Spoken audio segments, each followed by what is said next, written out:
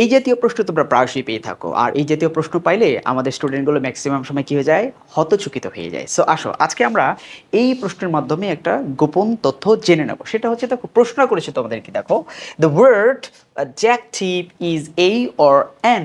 বলা হয়েছে আমাদের এইখানে যে ওয়ার্ডটা দেখতে পাচ্ছ অ্যাডজেক্টিভ, এইটা আসলে কি?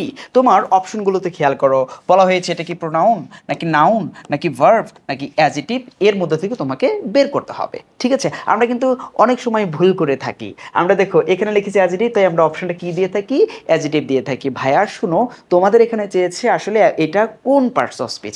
একটা কথা বলি, ধরো তোমাদের পার্টস অফ স্পিচ কত প্রকার বলো তো? Parts of speech, parts of speech কত প্রকার? পার্টস অফ স্পিচ হচ্ছে তোমার কয় প্রকার? 8 প্রকার। কয় প্রকার? 8 প্রকার। 8 প্রকার। সো তোমাদের আজকে একটা রহস্য বলি, সেটা হলো যে এই 8 প্রকার পার্টস অফ স্পিচের প্রত্যেকটা নাম হচ্ছে এক একটা নাউন। প্রত্যেকটা নাম কি? এক একটা নাউন। তাহলে প্রত্যেকটার 8 প্রকারের প্রত্যেকটার নাম হচ্ছে কি?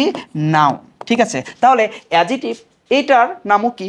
নাউন। তাহলে আমাদের অপশনটা কি দেখো, অপশনটা হচ্ছে বি। আমাদের আনসার কি? বি হচ্ছে কি? নাউন। তাহলে the word adjective is a noun. আশা করি বুঝতে পেরেছ। দেখা হবে নেক্সট ভিডিওতে। আল্লাহ হাফিজ, বাই বাই।